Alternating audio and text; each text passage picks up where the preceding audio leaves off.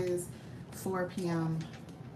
Central Time, and so this is my normal time for chat. However, I'm gonna have to go out. All right, guys, okay. Am I gonna out? No? Okay. All right. That is not cooperating. So, and I'm going to sit in my car and see if being outside of these buildings is going to help me. Hello, hello, hello. I am not on the land right now, as you can tell. Bear with me for just a minute, guys. I'm gonna get in my car and see if I can do better. Let's see if I can do better. When you pop in, let me know where you are tuning in from, please, and thank you very much. I really appreciate it. Ooh, Jesus, it's hot in here. Hello, hello. If you, Lord, it's hot. Let me try to get some air going and make sure it's not connected. Sound troubles. Let me know also if you can hear me. If you can hear me, okay. Let me know where I am. Don't be shy. Don't be shy about it. Be family here. All right. So I am out in the car. I apologize that I was not ready, but I really wasn't ready, and I really was not. I wasn't gonna come on. I had to unexpectedly make a trip, and I'm still going to be tomorrow. I'm still going to be traveling again. Hi, hello, hi, David Corey. I ain't mess up your name. I did, but I'm sorry, Shakira. Let's see who else is in here. 88ATL. Erica Taylor, how you doing, friend? Good to see you. Good to see you. Y'all know when I be touching stuff, I be messing stuff up. So, hello, hey, Container Crops. How you doing? You ain't have to switch. It's okay. Oh, okay. I see you. I see you. You wanted to show off that G Tribe membership in your Container Crops. I got you. I got you. How you doing? Roots to a Garden. Hello. How are you? Good to see you in the chat. Hello. Hello. This is not a test. It's not a test, David. It's not a test. Let's see. Who is that? Talk to you. Like telephone talk. I need to talk to you. So, I might have your phone number already. I'm not sure, but I do need to talk to you. Hello and welcome. I'm so glad you're here. Sifting some soil. Hello. How are you? Good to see you in the chat. Good to see you. Hello. Hello, everyone. Peace. Homestead in the Hood. Hello, sis. How are you doing? Good to see you. Share your lotions where you are. And I really appreciate it. I really appreciate you all being here. Thank you so much. So I was just out, and I'm kind of sad because I know by the time I get back, my starts are probably going to be kaput by the time I get back. Let me tell y'all something. And then putting starts in your profile, because this is not gonna work. This is just not gonna work. The way that the soil is, right? And this soil, does anybody else have sandy soil in your area where you can share with me, share with us, like some tips, some things that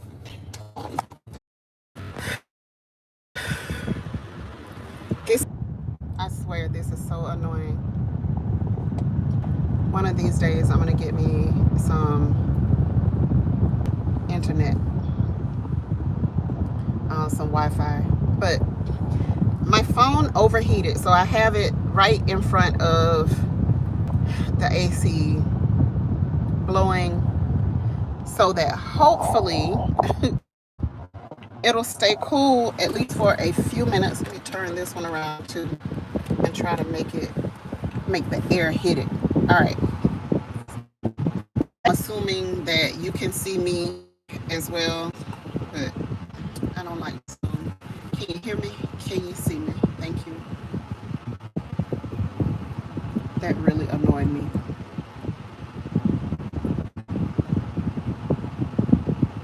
I'll wait on y'all to say something before I continue.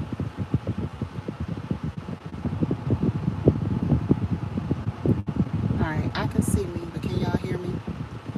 Shy, can you hear me?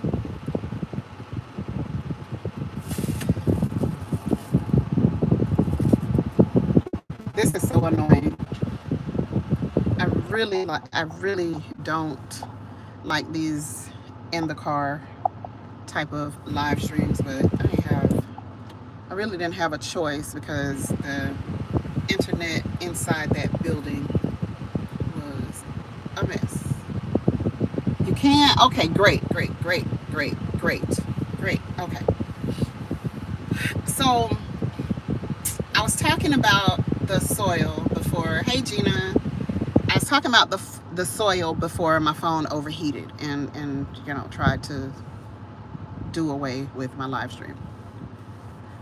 So the soil that we have, and I was asking also, does anybody else have sandy soil that you have to work with, that you've been working with over time, that you may be able to give the rest of us some,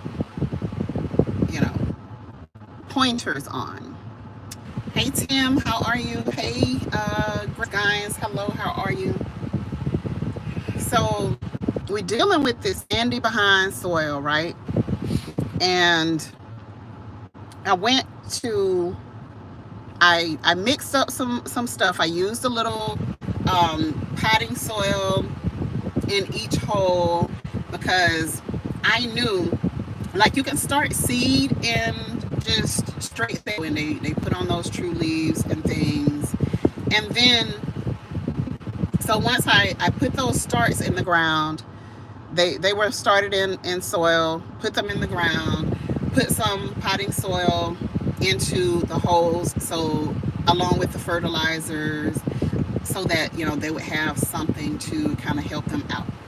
And so they were over the next day, 2 days, the starts were looking really good. They were looking good, and I was like, I'm just gonna give it maybe a couple of weeks, and that's gonna really tell the real story about like how these things are gonna do. And so I went back and I top dressed with some peat, with what else did I put? Some chicken manure and some more soil. And so when I did that, everything was fine. Things were looking strong. But as soon as the cloudy days were gone and that sun hit them, I was just like, oh no, here we go. And so they were just looking puny. They were looking very, very pukey. And I'm just like, I'm watering them. But when you water in this soil, hi G Mama, how you doing? Thank you for being here, G Mama. And so when I went to water them, I'm like, okay, they kind of sort of okay. But then by that evening, they were looking puny again. And so watered again, and it's almost like they kind of didn't want to bounce back as well as they did to start. And so I watered again, and I just thoroughly watered them in, for the overnight. And that's what I would do with my starts, when I was in the sand and in the red clay soil, kind of do the same thing. But we had, oh, that is so cute. I love the way you spelled that, India. Hello, and welcome. I haven't seen you in my chat before, but hello. I'm so glad to see some new people coming into the chat. So G Tribe, y'all know I love y'all. Thank you so much. I appreciate y'all being here as well. But that's so cute, India. I love the way you spell that.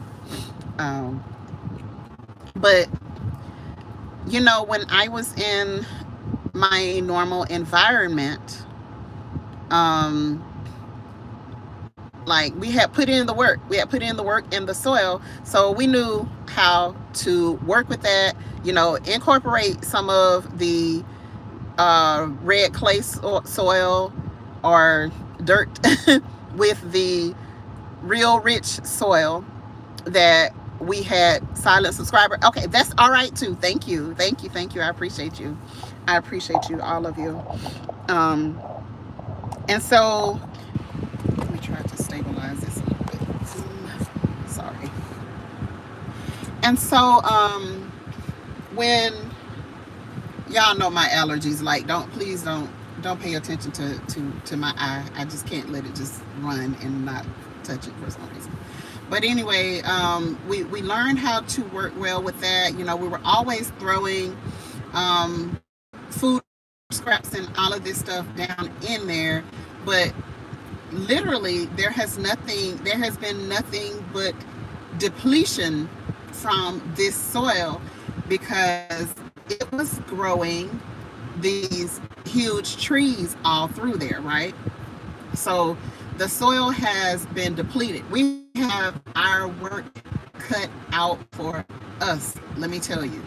And so one of the last things that I wanted to do was to have to go in building raised beds in that area, because I kind of like a challenge too. So like, I like a challenge. I like to take something that was a little of nothing and then turn it into something great, right? And so that's what I'm looking forward to doing with that soil. Want to be natural. Hello, welcome. I'm so glad to see you new people. Hi. We need more new people. Hello, share this video out with your friends and family who may need to hear this information. Hey TLC, how you doing? Welcome. So glad to see you always. But I love to take something that was nothing and then Jihad. I'm sorry, y'all. I can't even finish a thought because the G Tribe family's coming in. Hello. Hey Jihad, how you doing? Growth Hudson. And then turn that into something that is just great, really producing some great crops for us. Other than, the fact that, like, I had a real bathroom. Hey, learning to grow my own. How you doing? I had a real bathroom, shower and tub and all of that good stuff. Like, we've been gone since like March, and now I'm starting to really, really feel it, right? I'm starting to really feel sinking in, and we've been doing so much work on the homestead. We've been doing so much, but our soil out there is depleted because it's been growing these big old trees. Black Guns, what's up, brother? How you doing? Felicia's Box, hey, hello. How are you? Look at you. You had a cute profile pic. Hey there. So I'm starting to really feel it now. I remember when Brampton Gardner was like, her family, like 6 months, and we were about to kill each other. Well, we're not quite about to kill each other, but there are things like being able to just go out and pull off your fruit and pull off you know, some fresh lettuce and some collard greens and some peas and, you know, some broccoli, and pull your okra up, pull your onions, and just tons and tons and tons of peppers. This has probably been my weakest pepper season since I've been moved. Still have peppers growing, but it wasn't, you know, as much as previous years. So I still have peppers that I'm harvesting on a regular basis. But I used to be able to walk out in my yard and harvest peppers every single day. Like, I could harvest peppers literally every day. It just felt like they were unstoppable, because like we had that yard popping. And so I'm definitely I'm feeling the loss of that right now. Because I want to be able to just walk out and, you know, our hard work that we've been putting in over the years, it's like now somebody else is, and I don't even know if the buyer is reaping the benefits. Let me tell y'all this. When we went by, well, I drove by because, like, I was expecting great things from this guy, right? Like, coming to buy our house. You know, we worked hard. Hey, Best Yet Journey, how you doing? We worked hard on our land, you know, on our property, and we had a great location, and, you know, it was conveniently located and all of that good stuff. And, you know, when we got to the closing table, I don't think I ever told y'all this before, but we got to the closing table, and this guy was like, yeah, I really don't care anything about, you know, all of that back there. Talking about our gardens, like, we left the garden beds, like, you know, they would probably enjoy having this. And he said, well, you know, my mom might care about it, but, like, I really don't care anything about it.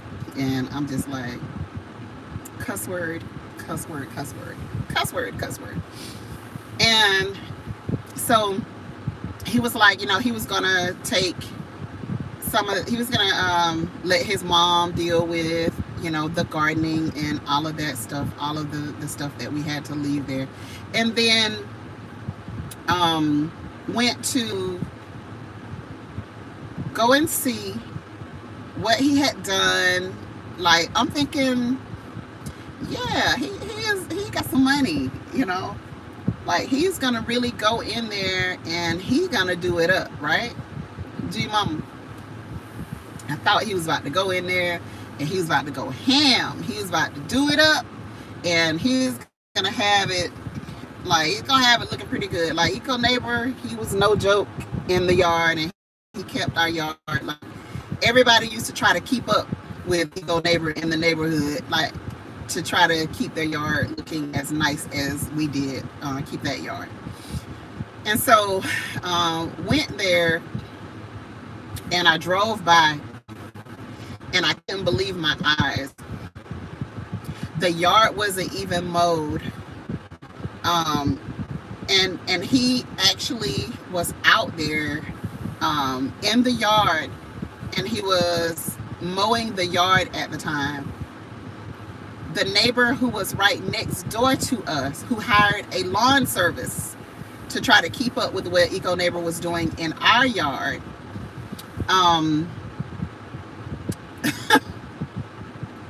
his yard was just as knee-high tall grass, right? And I immediately got in my feelings, because I was like, wow, all of that hard work that we did to put in that infrastructure, because we transformed that place. We transformed that place when we got there. And the neighbor across the street, he used to just stand there and watch. In the beginning, he wouldn't even speak. He wouldn't even say anything. I found out why later on, but he wouldn't ever really say anything. And then a couple of years in, I saw him standing there with, like, his hands on his hips. And he started to come over, and then he turned around, and then he like pivot, and he came over. And then, you know, we got into a conversation, and we talked for a little while. And, you know, I discovered why, you know, he hadn't been talking or whatever. That's a story for just that another year. Like, I don't even want to talk about it. That's a story for another year. But he said, I just wanted to tell y'all, I just wanted to tell you guys, best. And I've been here since these houses were built. Hey, Lion Chris, how you doing? Hey, GT Junior, how you doing? This, he said, this is the best that this yard has ever looked. And I watched your house being built. I grew up here in this neighborhood. 50 something years back. He said, I grew up here and I watched that house being built. And he said, that yard has never looked that fantastic. What you all have done is incredible to this yard. And so, you know, he and my husband would talk on a regular basis or whatever. And then, you know, he even, like, when we were getting ready to leave, he was in his feelings. He was like, oh no. Like, I don't know what I'm gonna do. You know, if somebody comes in and they don't do what you all have done. And his nightmare came true. And so we went, so it was just me that day. I was in Tallahassee and I rode through, and I was like, let me just ride down that street and then just see what they have done with the yard. Because he had all of these big plans. The day that we moved out, he had trucks lined up that were coming to do work, do some little repairs or whatever needed to be. I think he wanted to like switch the flooring out, and I don't know what else he was gonna do, but he was gonna switch some things out and maybe get them to paint to whatever his desired colors and all of that type of stuff. And so I said, man with the money. Man with the money, you're gonna come here and take our house. Oh, one of the shutters on the front of the house was hanging sideways. It was looking so raggedy. I was disgusted. I really was, because I thought that like he was about to come in, and he was about to really like go ham and do like a one of those makeovers. Like he was gonna do a serious makeover on this house, right? Because the house is built in like 70, I want to say 77-ish, somewhere around there.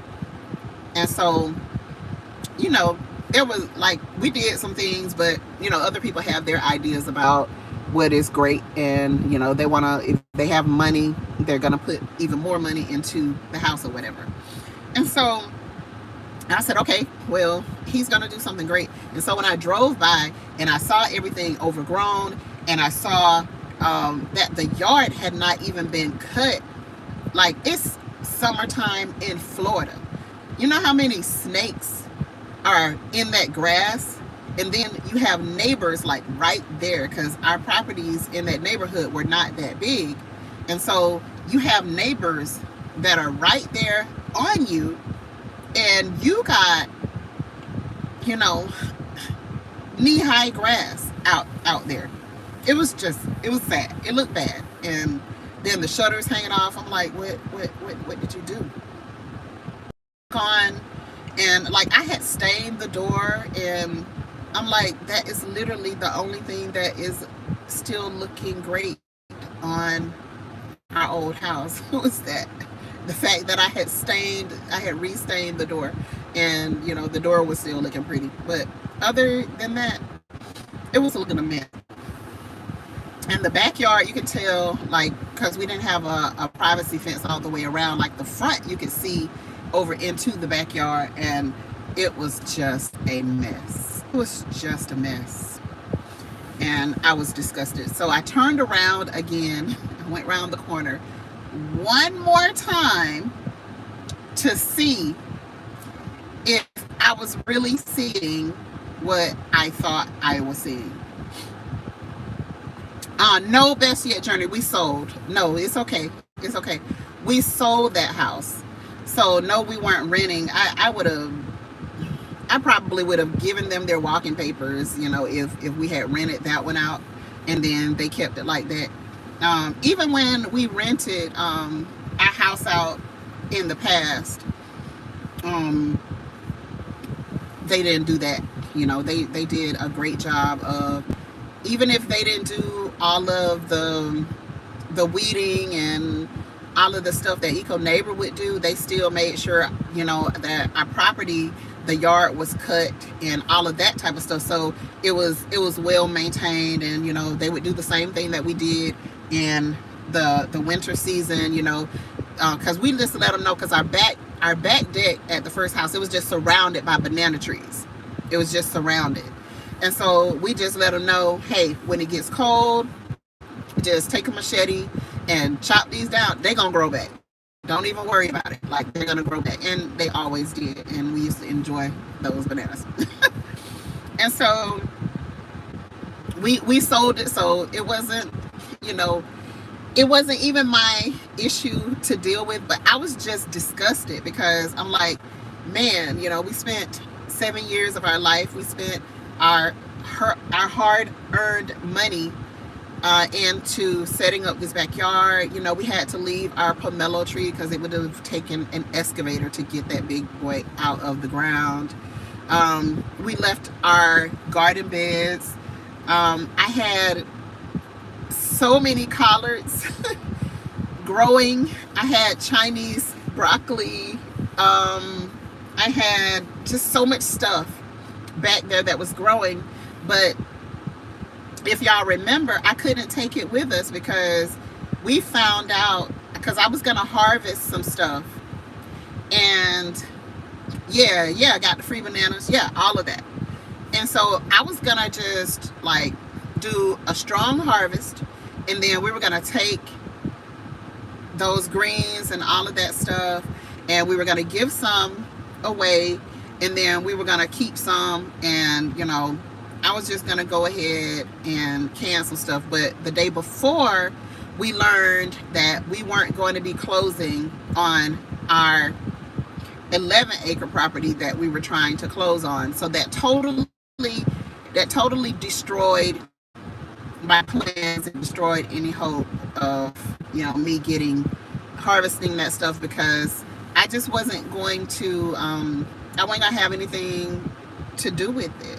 And I still haven't been able to can anything, because I'm running off of propane. Propane can be expensive when you're running, you know, trying to cook collards and stuff. Like, I've only done it one time, and I realized that we're using a good bit of propane in order to, you know, cook those types of meals. You know, you want to cook some collards, you want to cook some, and so I can't really do all of that until I get me like a space set up. I'm just gonna have to get me an outdoor space set up to where I can do that type of stuff. But I haven't been able to can or anything. Luckily, you know, we already have canned food. We have food in storage and stuff. So we were able to, if we want something canned, we can just go ahead and go to where it's already canned. And hopefully soon I'll be able to, you know, have a real kitchen again. I'll be able to have a real kitchen again, so I can do all of that stuff. I miss it. But we've been so busy anyway, I still wouldn't have time. Hey, Green Grass Grows, how you doing, sister? Good to see you. so that I can have some more time, because like our time is just it's precious and it's limited at this point. It's very, very limited, and you know it just is what it is. Anybody building a homestead, like, my goodness. My goodness, when we go and sit, it's a single burner. I do have a single burner, and so I guess I could use that. I could probably use that to, yeah, that's a great idea, Hudson. That's a really great idea. I could probably use that to do it instead. Um, but here's the thing. I still can't do it inside. Tamira Moore. Hello. Hello. How are you? Welcome. It's so good to see you in my chat. Thank you for being here. So when we go out to, inside of the RV, the ceiling is only so high. And so the steam from the pressure canner, I'm not willing to risk my ceiling. It would destroy my. So even in the old house, I was pressure canning so much that it started to drop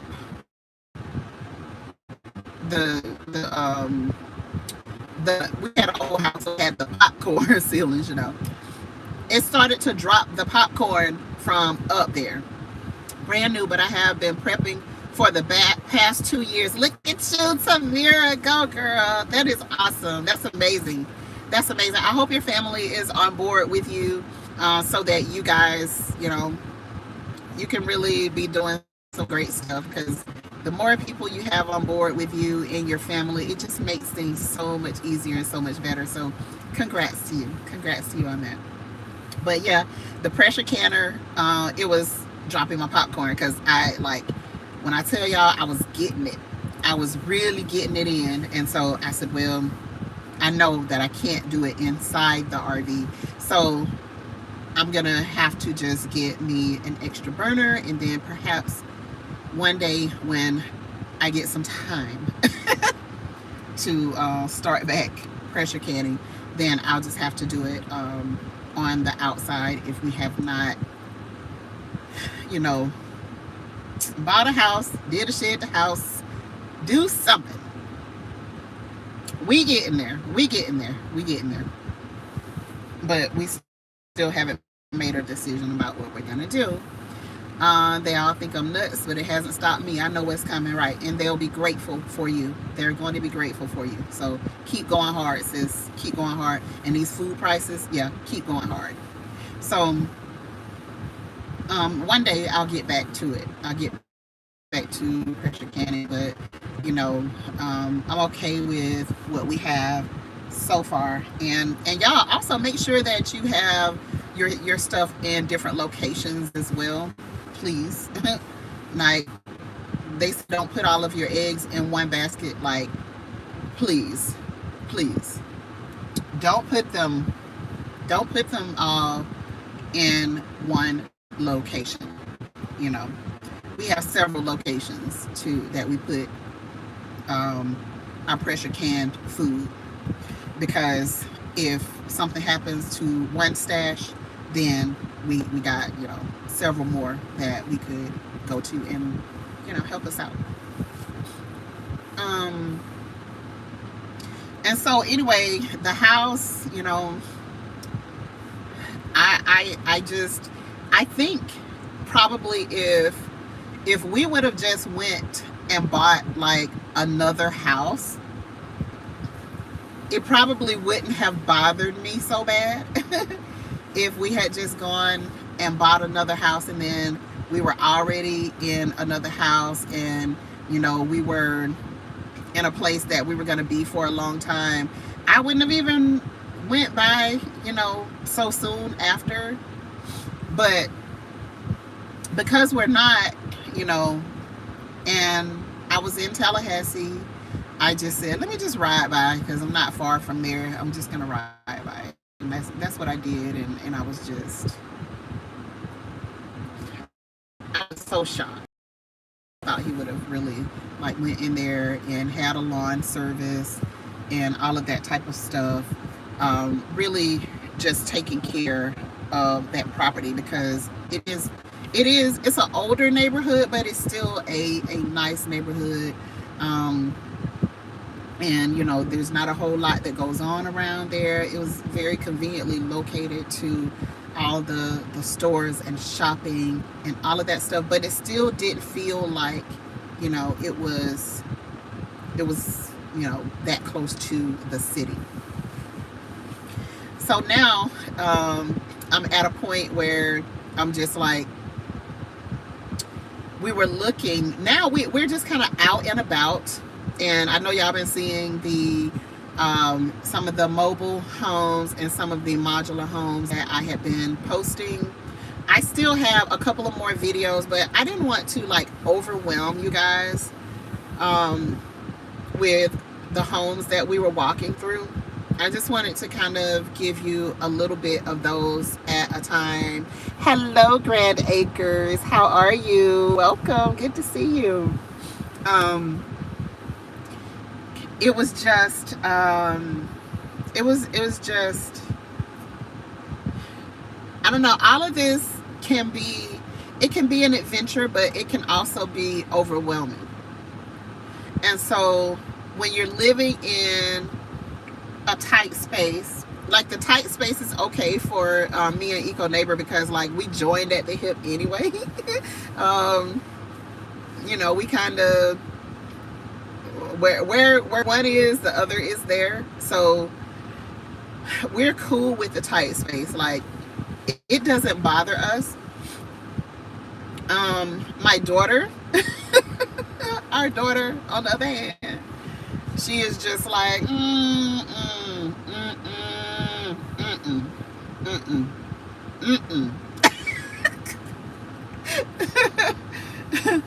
and so, you know, she's kind of in and out. She's kind of in and out. So, she is not the type of life that she wants to live. You know, she just is like, no, I don't want to be in the RV. She loves the land. She loves, you know, being out on the land, but just in the RV for her is just like, she's claustrophobic. Her bedroom was bigger than this RV. So, Charlotte Urban Gardener, hello, and welcome. I'm in a tiny house with 2 T's. It has actually been working for 4 years. Wow, that's amazing. How many square foot is your tiny home? Hey, who is that? Cassandra? Was that Cassandra? Hey, Cassandra, South Fulton Garden. Hello, sis. How you doing? So yeah, my little one is just like, yeah, nah. This is really not it. This is not it for her. So, you know, she loves being out on the land, and, you know, she thinks it's beautiful out there, and, you know, she thinks it's adventurous. About 270 square feet. We're type, yeah, I think we're probably about the same amount of square feet in the RV. So yeah, it's really tight, but I'm amazed at what they can do with small spaces. So we still are going to get a small space. It may not be like really tiny like that, because I do need more space. I need me a shower and a bathtub, not just this little quarter piece of shower that's in the RV. Like, I need to be able to chill out again. Give me some jacuzzi bits again in my bathtub, so I can sit my candles around and have me a nice luxury bath again for a change, Lord. But we still aren't going to go for a big house like we had, because, you know, it was just overkill, to be honest. Like, we never really went upstairs. It was overkill for us, for me and my husband.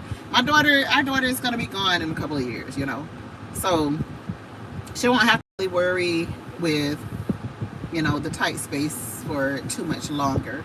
But we want to not be so wasteful anymore, because I just feel like in the past we have been extremely wasteful. And I'm just of the mindset that, you know, if you don't have to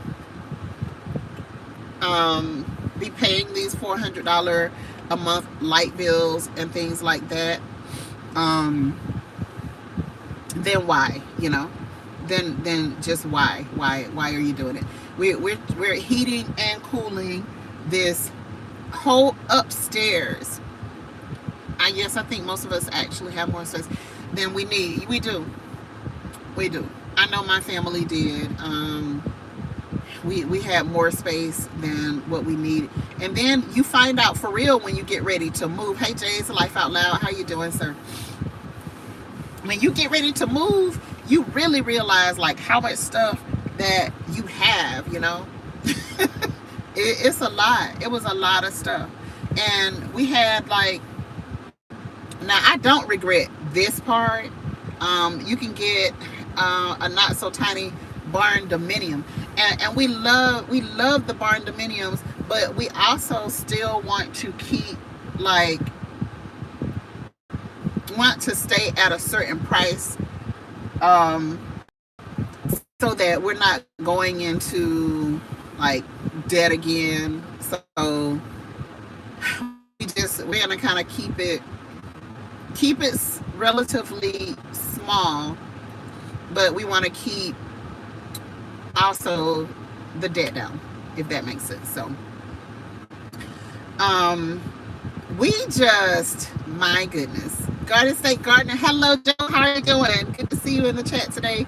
J3GS Farms, hello, how are you doing? Sorry, this is making my nose run and stuff. Let me see if I got a tissue. Do I have a tissue? All of the air blowing in my face is keeping my eyes and nose running. I'm sorry. Excuse me for that. So, you know, we just want to enjoy like the rest of our life and not be 80 years old and worried about a mortgage, you know.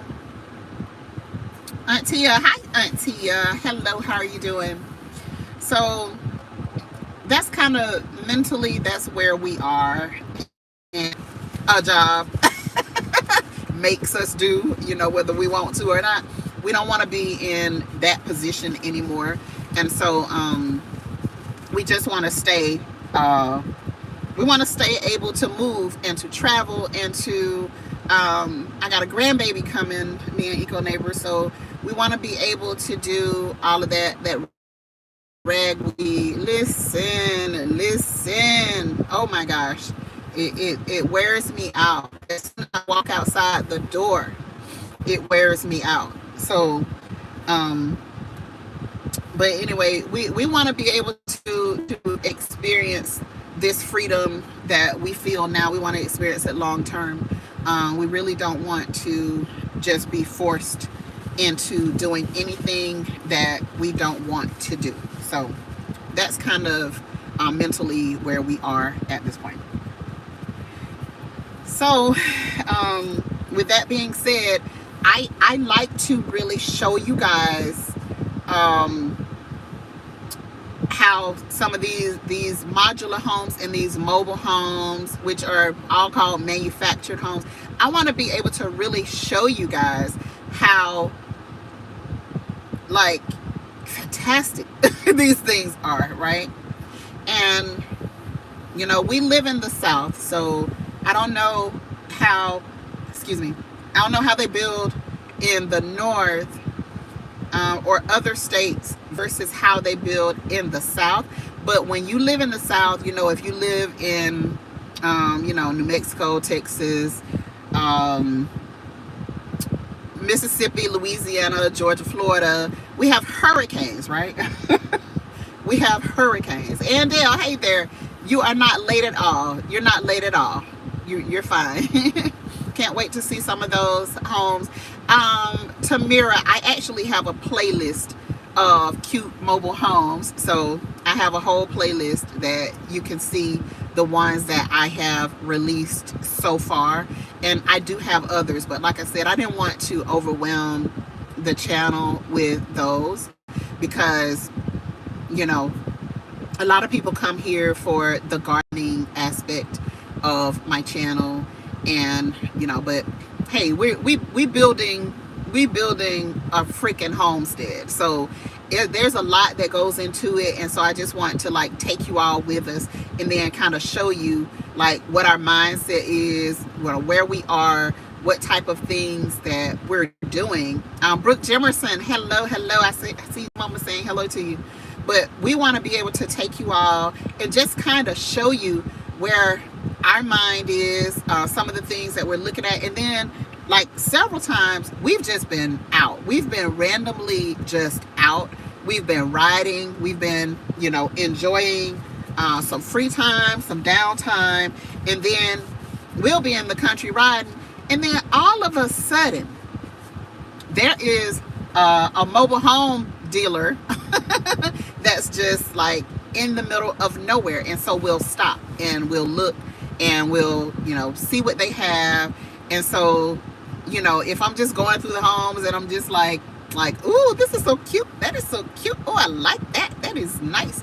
And I'm not like giving technical information about it. It was because that wasn't my purpose in the first place. My purpose was to go in and see how cute it was, I wasn't in there trying to say that this is it's this and it's that and is this by this and the price on it and all of that stuff. But I started to try to remember so that some of the people who are coming in, because I realized that I didn't think that people would even care about a mobile home, but we have them down here. In South Florida, modular homes are it. They're it. They have high rises and all of that stuff, but in South Florida, there are neighborhoods that you would never know, but they are full of modular homes. And people are afraid, thinking, okay, if I buy this thing, is it gonna blow away when the wind starts to blow?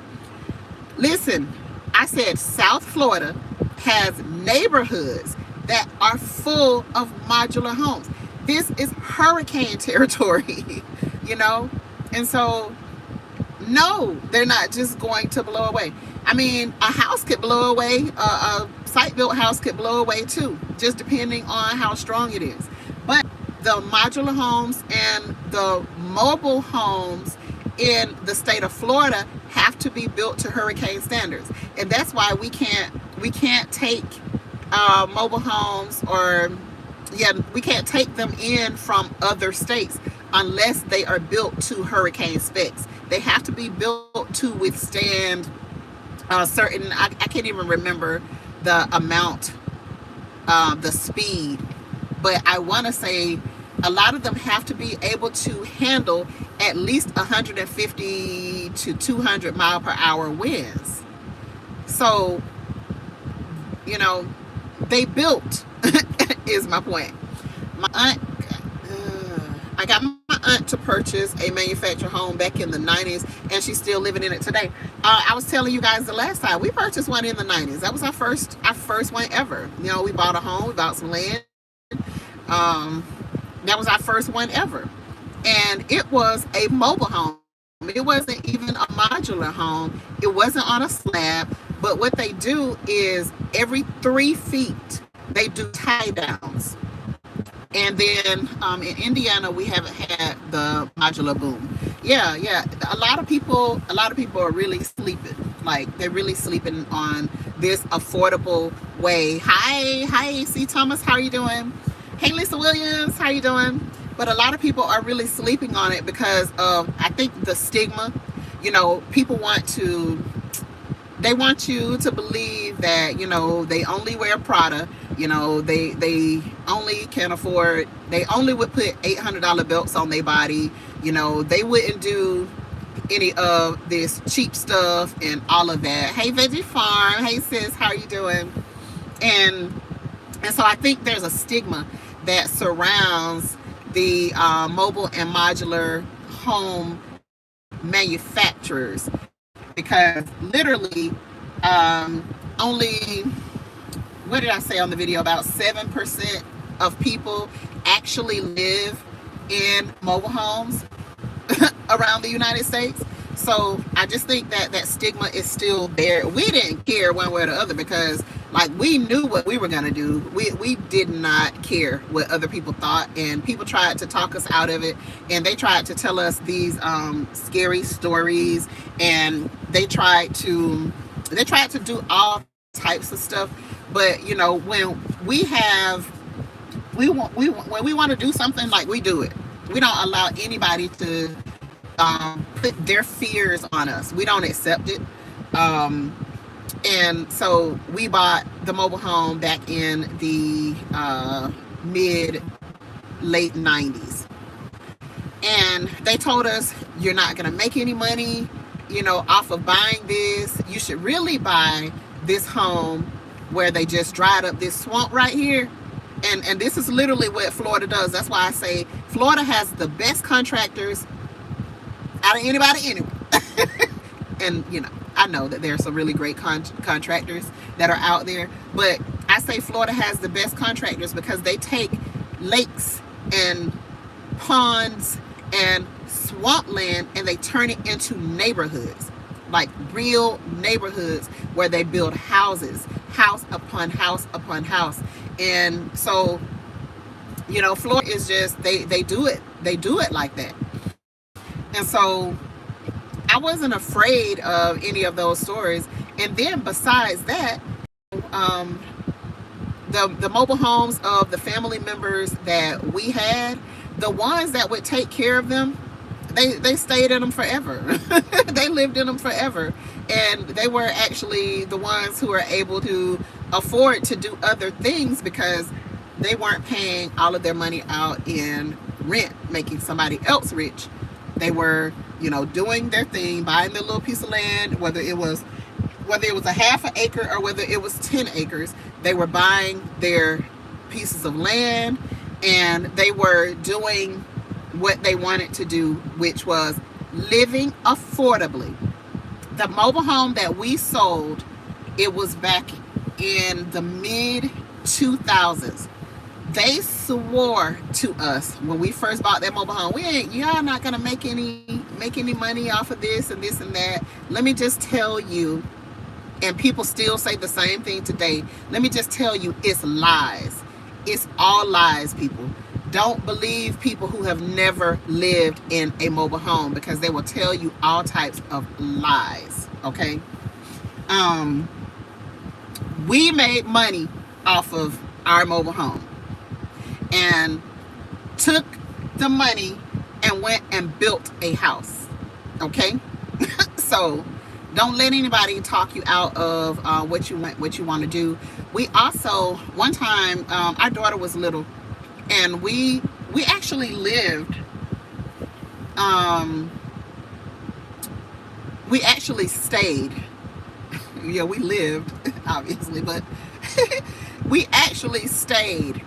There was a Category 3 hurricane that came through, and we stayed in the mobile home, okay? Because that was our home. That's where we lived.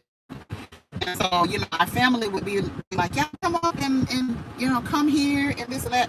And we're like, well, the hurricane is actually coming in your direction too. So, like, what would be the point in that?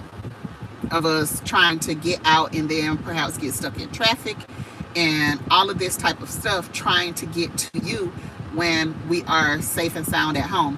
Well, we were sitting there and we were listening. We were listening to the winds. And let me tell you, if you've never been in a hurricane before and been able to hear the winds from a hurricane, it's not fun. I'm just going to put it like that. It's not fun. It is scary. However, all that happened to our mobile home was that one of the pieces of siding just kind of slid down. Essayons Family Garden, hello, how are you doing?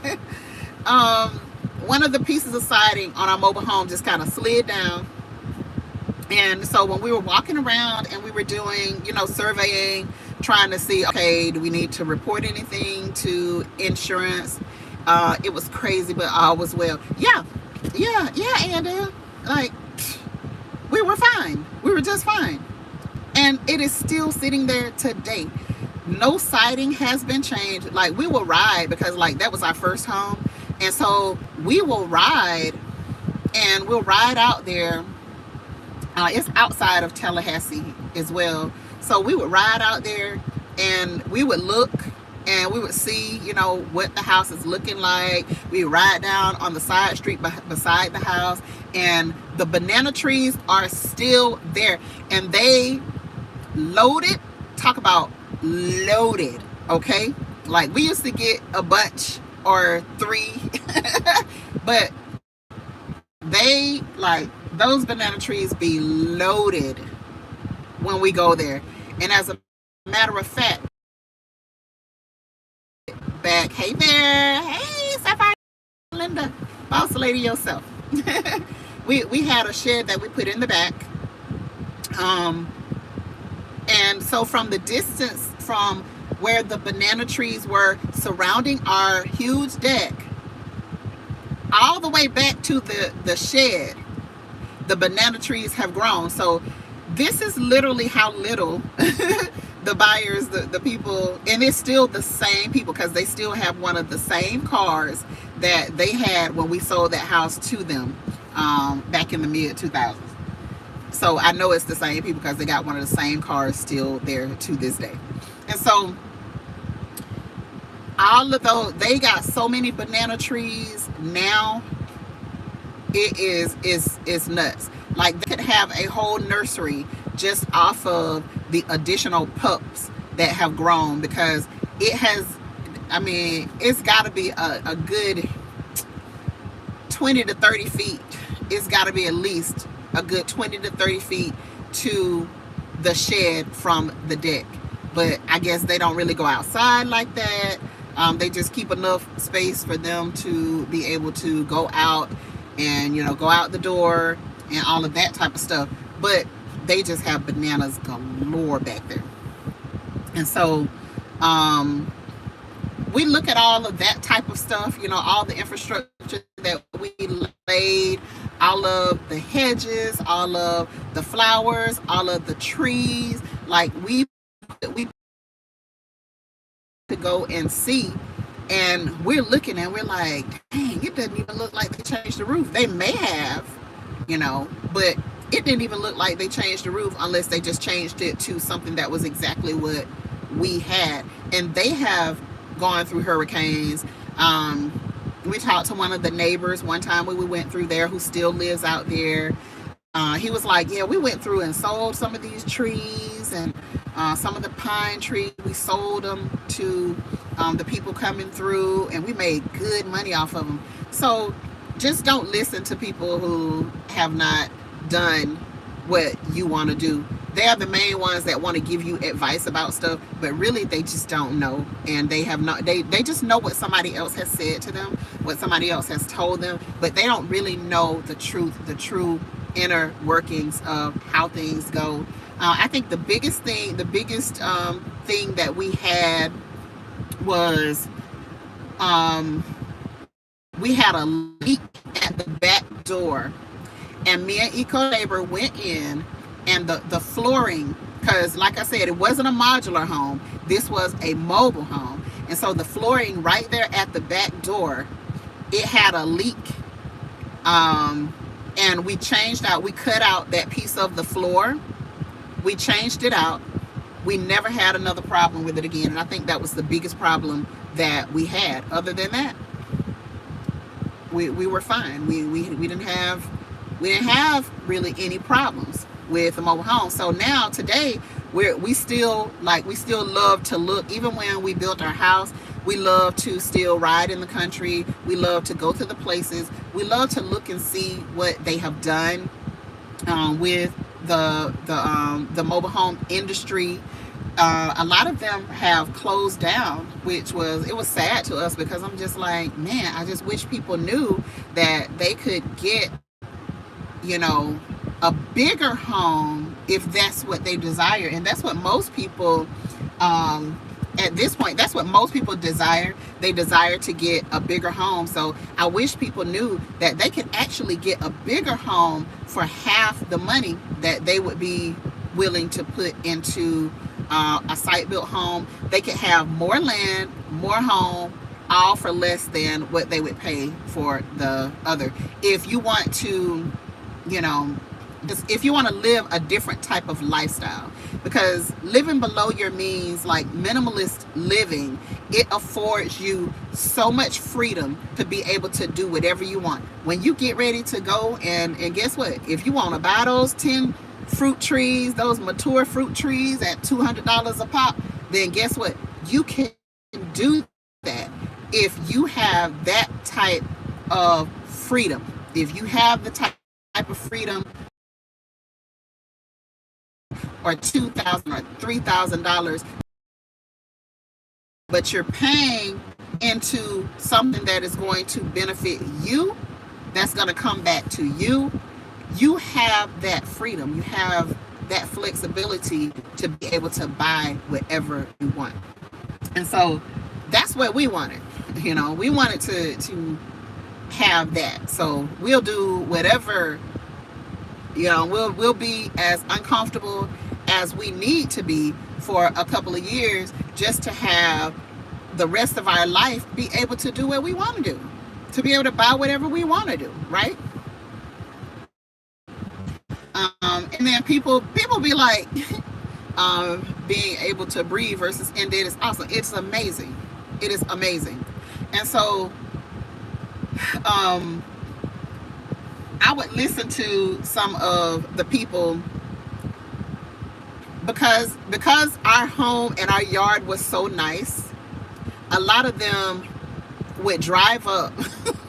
They would drive up to our home and be like, how about a mobile home? Like, this is incredible. And I'm like, yeah, we did.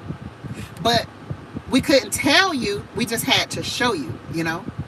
We can't tell you, because your mind is already made from what somebody else has said. But then when you come and actually see it and see what we've done with it, and step onto our property and go into our home and see, hey, LaTanya Lewis, and see that you've never seen anything like this in your life. People still talk to us about it. Some of our old friends and people who we haven't seen in a long time, they still talk to us about it, still asking us, do we still live there? And they remember our parties, and they remember, you know, how beautiful it was out there, and they remember how beautiful our mobile home was. They remember all the custom windows that were around the kitchen. They remember, you know, how we just had it made, you know, and we had it made at an affordable price. So for us, it's like, to say, because they just don't know. Like, they really just do not know. They are not, they don't understand. Excuse me, y'all, I'm watching my surroundings. People are walking.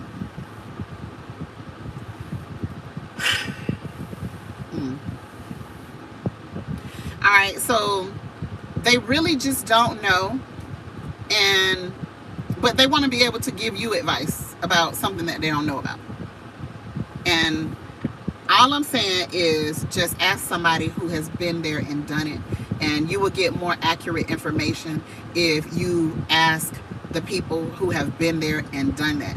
That was some of the best years. We spent some amazing years there. Everybody wanted to have their cookout there. They wanted to have their parties there. That's where we started having our children. That is just embedded in how it's. Wait a minute. Let's see. That is just embedded in how we are supposed to live. Have no clue. No clue. And so we started having our children there, and we were just like we really had a nice life. And you know, we create the same type of environment no matter where we go. You know, even in, I just hated the location. I just hated like the city or the country area that we lived in when we built the house. It was just, it wasn't a good, it wasn't diverse. It wasn't diverse. And so it just wasn't a good experience for us. But, you know, when we got out of there, we were like, okay, we know what we want, but we know to really like check people, you know, who is going to be around. So now when we would go and look at housing and stuff, I wouldn't even care really about the houses. I would be looking at the people. I would be looking at how the people interact with you when you're coming through, when you're coming through the neighborhood. Like, are people waving at you, or are they stopping looking like, what are you doing here? You know, we've had the experience of both. So we prefer where, hey neighbor, how you doing? Like the other day, riding down our street, we were out actually. We were taking the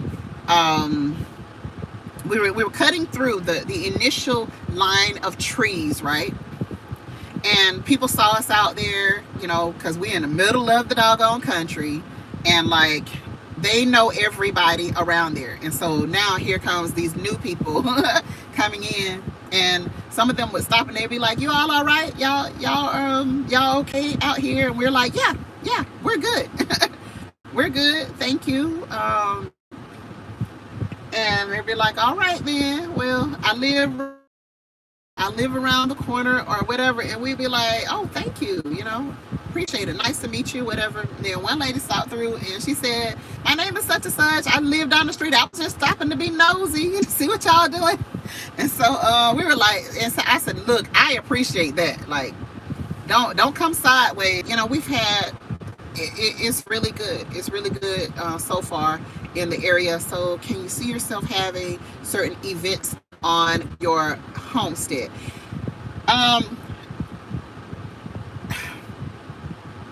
I'm not gonna say where my family is actually going to be living. This is going to be where my children are living.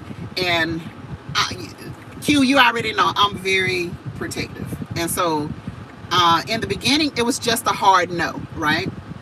But perhaps it really depends on what type of event, etc. But it's probably just going to be more like, you know, people who are close to us, you know, people who we love and care about, and, you know, people who are our people. So I was definitely thinking of having some events for the G Tribe, because those are my people, you know what I mean? So have an event, a members event, and I still very well may do that. But I'm not sure that we'll just open like to people that we really don't know, if that makes sense. So what was I saying before I answered that? Neighbors need to be checked out too. Yes. We are like-minded, Gigi Naturals Homestead. We seek diversity too. Yeah. And then look at Eco Neighbor. I see you, boo. Looking all handsome. You done went to the barbershop and everything. Hey. Why you calling me out like that? How you doing? This is my everyday gift.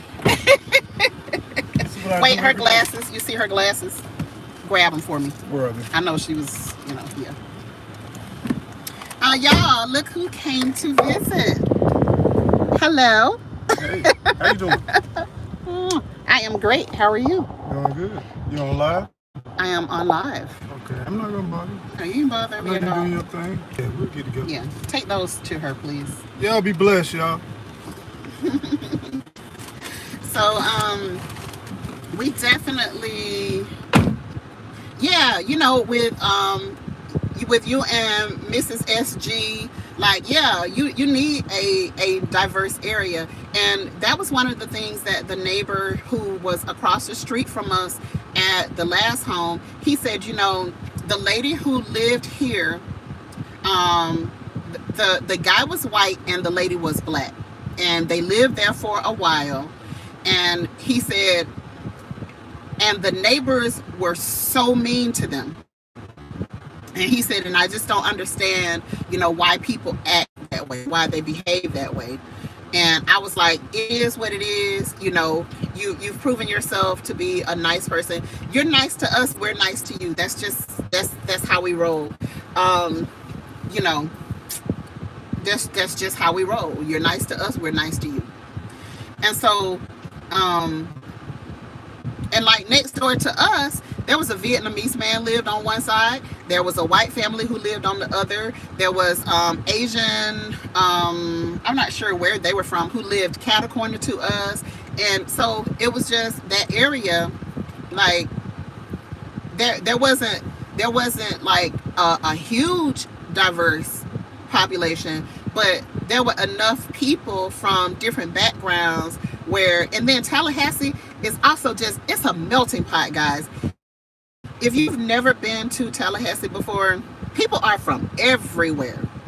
They're from everywhere. When I say all over the world, people are literally from all over the world in Tallahassee. And that was one of the things that drew us to Tallahassee anyway, is because it was diverse like that. And that's what we like. That's what we really like. We prefer, to be in those types of places. So now, being out in the country, it's like we really we also have a diverse environment out there. So it's cool with us. Just stay on your 80 acres, please, y'all. Stay on your 80 acres. Let us stay on our little 20 acres, and then we all be happy. If you need something, then let us know. Like, don't just come over here. Don't just cross our no trespassing signs, because that's when you're gonna see the not nice side of us, when you just come onto our property and you haven't been invited, because we did have to deal with some of that because we were so close together. I think the temptation was just too much because we had all of the food, and being that we only had that one small area, we had that one small piece of land, right? G Mama, you remember that story, don't you? I know you've been around for a long time. You remember the story when the guy came over? Danny Days Homestead. Hello, how you doing, beautiful? Thank you for being here. So that's what we like. That's what we like. And it was so funny because we were talking about, me and Blackhaven, we were talking about, what would your sign say if you had to put up a sign, past the keep out and no trespassing signs? I don't want to tell y'all what mine goes. Okay, well, I'll tell you. It was a little bit more deliberate than that, Q Hudson. So one of the things that they thought was so funny, I said, well, once you get to a certain point, my sign would say, that's your ass. That's what my sign was going to say. Now, they had They had they opportunity to say whatever they wanted. My side was gonna say that's your ass, because you came further than you were supposed to come. We already said the first sign says posted, no trespassing. The second sign says keep out. All right. Now, from that point on, like, the signs are gonna get real ridiculous, okay? Because you being ridiculous by coming this far down. You're being ridiculous. So we just had the biggest laugh. I think, we probably had a couple of drinks and,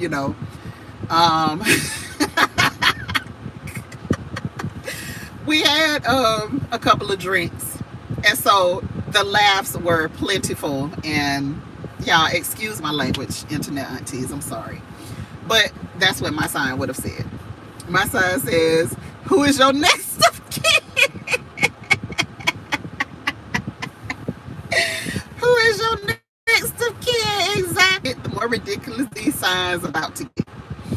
And so, and on top of that, right, it's a liability with having people come to your property. And in the beginning, like, we took the whole family out with us to look and to walk through and all of this stuff. And I'm like, okay, everybody got on boots, put the baby on your back, like, let's go, right? And everybody was down. Everybody was like, look, we'll sign a waiver if we have to, but we want to see this land. Like, we want to walk out here. And so a whole bunch of us went out together, and we went, hey, KT, how you doing? And so we went out together. Hey, Tommy Homestead, how you doing, sis? And laying in bed in North Carolina. I hope, Tommy, I hope you're not having a flare up. I hope you're okay. I hope you're okay. Big hugs to you, sis. So everybody was like, yeah, we want to go. We want to go. We know that, this is snake territory or whatever, but we still want to be able to go, and we want to see this property. And they did. They came out with us. And then after that, we were like, okay, now y'all stay back. And hello, Gardening with Bernie. How you doing, pretty lady? So after that, we were like, okay, now we need for y'all to stay back for a little bit and let us open up some of this space.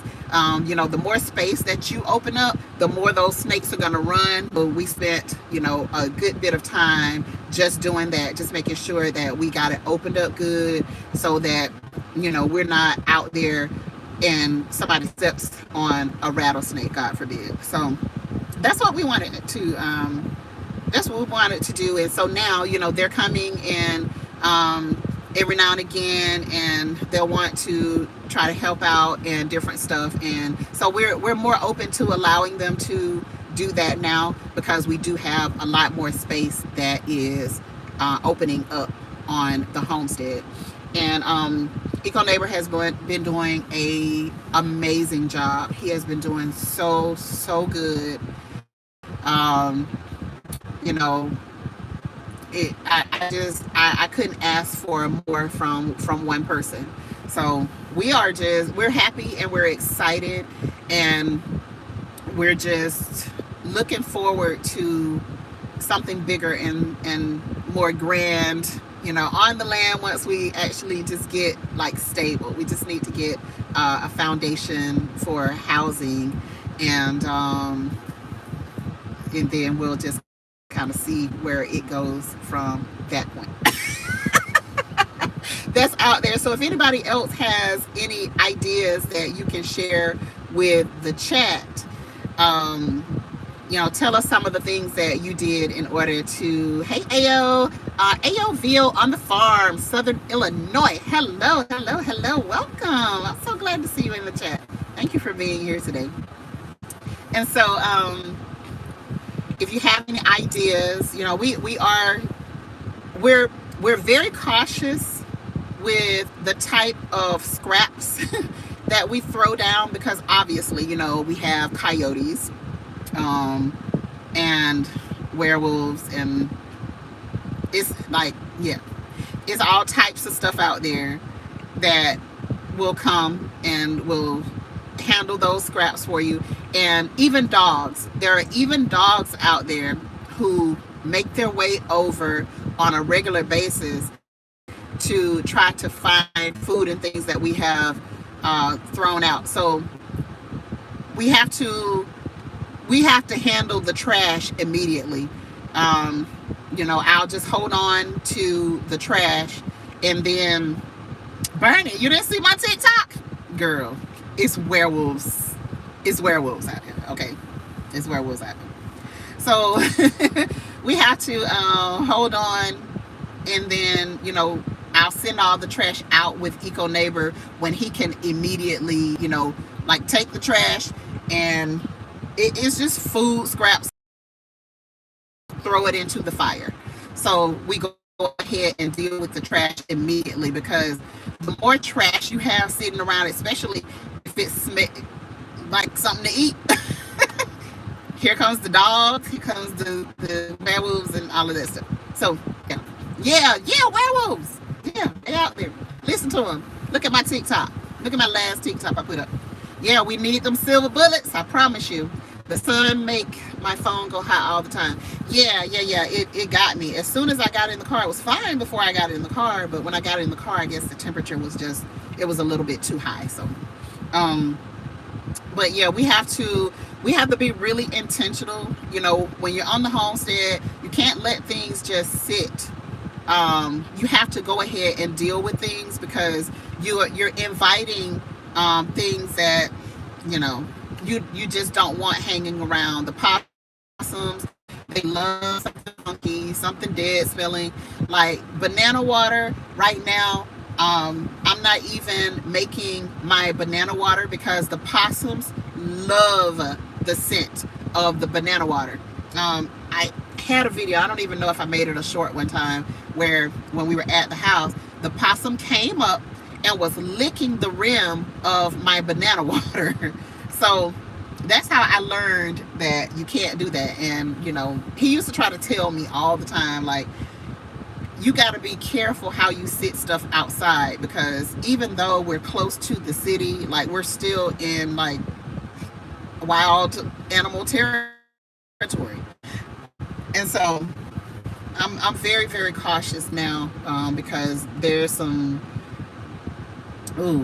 it gets scary at nighttime. It gets scary at nighttime, because then you hear the pack of coyotes, and it's not fun. It's just not fun. It wouldn't let me upload the video to YouTube. I was trying to make it a short, but y'all can hear it on my TikTok. So that was that. I just stopped trying after a while to upload it, but I wanted y'all to hear the sounds that they make. Have you invested in those metal garbage cans? We haven't really done. And I'm almost like, man, unless we get the bear proof ones, it's pointless anyway, because they'll turn it over and throw that stuff out. And yeah, so when we were at the RV park, there were bears out there, and so we got good practice while we were over there in just making sure that our trash was immediately handled, and that we didn't let the trash cans be full of food and smelling off and all of that type of stuff. So yeah, they have the bear proof trash cans. Eat the ticks. I got you green grass grows. So what they're telling us is that the area that we're located in, we don't have the bears, we have the Florida panther. Which one is worse? Okay. So I don't know if it's worse. I think the bears would probably be worse, because the Florida panther is very, very elusive, and you'll catch a glimpse, but they're not gonna hang around because they don't want you. They don't want to be around you like that. They really don't care anything about people like that. They just don't want to be around people. They don't want to be close to people. So they're going to keep their distance. They're going to stay, and they're loners. So they're going to stay in other areas. But one of the guys did tell me and my husband that they did see one time, but it was just on the move. It was just passing through. So yeah, I don't want either one either, but you know. There's always going to be something. It's always. And so that's just kind of how it goes, you know, when you in Florida. But you know, if we move to the mountains, we would have to deal with the mountain lions. We would have to deal with, you know, the cold weather bears, you know. So it's always going to be something. Lions and tigers and bears. Oh my. Yep, that is so true. That's so true. So yeah, we have the I think I said, I didn't catch myself when I said it, but I think I said one time that that he had seen a black panther. It wasn't a black panther. We don't have black panthers. We have the mountain lion looking panthers. So they're the gray ones. I think they had a black panther at the museum, but out in the wild, there's not a lot of them. We just, you know, they're gonna run away from you. You know, they don't want you. The one guy who got attacked, he set himself up as bait, is basically what he did. Like, it was very boneheaded. He set himself up as bait surrounded by turkeys. And then, you know, he wanted to say, well, the panther knocked me out of the chair. Well, you set yourself up. You know, you were obviously looking to be a headline. So yeah, if you're talking about providing them with some delicious turkeys, you know, to eat, and then you sit yourself in the middle of the turkeys. I mean, if you play stupid games, you win stupid prizes. It's just simple as that. All right. And so they are endangered here, so there are not a lot of them. Thank God. Thank goodness that there are not a lot of them here. But we are always carrying a headline maker. Yeah. We're always carrying when we're on the land. Sometimes both of my pockets are full, and sometimes, you know, just one. Sometimes we'll have one each and a shotgun sitting nearby in like arms, you know, length, just kind of depending on what we're doing. So you just have to be smart. There are foxes out here. You know, foxes can easily get rabies. Coyotes and bobcats are bad enough. Yeah, glad we don't see them after here. Yeah, and there are coyotes, bobcats. There are all types of things, you know. And so you have to do what you can, and you really just have to be smart when you are in the country. You have to be smart. That's all. And so when our family comes down, like, everybody is armed anyway. When our family comes around, everybody is armed anyway, whether we in the city or whether we in the country. That's just the way my family rolls. And so yeah, we just a 2A family. So when everybody is together, everybody is watching everybody else's back. So we're enjoying the freedom, you know, we're enjoying the privacy. Next, when we slow down a little bit, next we're going to put up a gate at the entrance. That's we're gonna be traveling this week, but probably this weekend, if just depending on when we get back, we'll go ahead and put up a gate in the front. Yay, fun. Looking forward to digging holes. But that's what we're gonna do, and just kind of, you know, just kind of that extra measure. We can't keep the deer out. They're like, there's nothing that we can do to keep the deer out because they'll just jump the fence. We were literally in the country and saw a deer jump at least a 10-foot fence. Like, all it needed was a couple of bounds and whoop, it was over that fence. And I'm like, yeah, ain't nothing you can do to keep them out. If they want to get in, they're getting in. Unless you have the top covered as well, it's just what it is. So, but we are going to do some different things once we kind of get this soil together. I don't want to do raised beds. I want to grow in the ground. I like growing in the ground. And I think Eco Neighbor is just like, man, I ain't bothered about that. I'm about to do some raised beds. I don't know. Let him, kind of do his thing, do what he wants to do. And I'm going to still be just working on the area that I planted those starts in.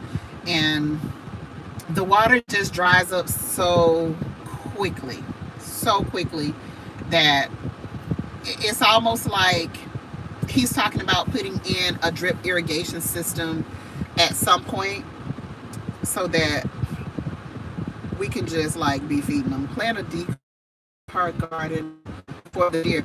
Well, there's one area that's on our land that is full of persimmons, and it's a lot of fruit. Some of it we don't even know what it is yet, but there are wild persimmons out there. What's her name told us that they were wild persimmons. Miss Native Cherokee told us that they were wild persimmons, and she was right. And so they love that area back there, and so they have plenty to eat in that area because that's where we always catch them on camera. So we don't catch them on camera near the RV anymore. In the beginning we did, but that was before we moved out there, before we, moved the RV out there. But now we only catch them on the other end of the property. Well, the area where we have at least a road cut through. We catch them on camera every day back there. And the only thing I've seen close to the RV now is the possum. That was it. And I think the electric fence, it gave it a little jolt and it went on about its business. Haven't seen it again. So that's kind of, that's what that was. It was so pretty. I thought it was so pretty. I was like, oh, look at the pretty white possum. But baby, listen, they're my chickens, all right? I'm going to deal with you if I have to. But the electric fence got it and sent it on down the road. So I actually went back and bought a stronger one. And so if it comes around there, that one can probably knock a deer off. But yeah, we try to protect the chickens because it's a lot with taking your chickens from babies to ours are I think almost 6 months old, taking them that far and then be getting eggs every day. Hey Crystal, whole new perspective, how are you? Hello Darth X, how are you? And you don't want something just coming up and just eating. We don't even see the raccoon in our area. Yeah, Shy, it was so pretty. It was just like, this was my first time seeing just like a snow white one, and it was puffy. It was puffy. It was really pretty. And I normally like look at the little pink nose on the grayer colored ones, and the little nose is so cute to me. So I just we just love, like, we love nature, we love the animals, but we just can't allow them to be just hanging around us because they're wild animals. It is what it is. They're wild animals, and they will come and eat your chickens. Are they going to eat your eggs? One or the other. If they don't eat your chickens, they're going to eat your eggs. So we just have to keep them away. So yeah, I'm going to Shakira. I know, Shy. I know. I'm just a nature lover, girl. I'm just a nature lover. And so I'm gonna go, and I have to run an errand before it gets dark. Yes, they're looking for food. Right, Andy. Right. They're just looking for food. That's all they're doing. You know, we're invading on their area. We're invading on the place where they have been living and eating and all of that stuff. We had a whole squirrel around for about a year. A white squirrel around for about a year. Yeah, we have lots of those down here. And then if you go to the Tallahassee Museum, they have tons of white squirrels over there. And so, yeah, it's a cool place if you haven't coming in and hanging out with me for a while. I really appreciate you guys. But I'm going to go and run my errand before it gets dark. I don't like being out, you know, after dark. I just prefer to go ahead and do what I need to do. Some squirrels here are black. Yeah. My family has been here listening. October, hello. I'm glad you were able to catch the live stream. All right, thank you. I appreciate it. So I'll be updating you guys. I'm probably going to have to plant starts again because by the time we go back, I know Eco Neighbor is going to water them this evening, but you know, we're going to be traveling. I'm going to try to bring you guys some footage from when we're traveling. And let you see some of the beauty of where we are. So thank you so much, and I will see you guys on the next video. Thanks for coming in and spending a little time with me. All right, guys, remember, prayer works. It works. I promise you, it still works. All right, so pray for each other, take care of yourselves, and I will talk to you guys later. I got a couple of videos that I'm gonna drop. I'm gonna try my best to drop one of them tonight for you guys so that you can see what we just ran up on in the middle of nowhere. If you like antiques, stay tuned for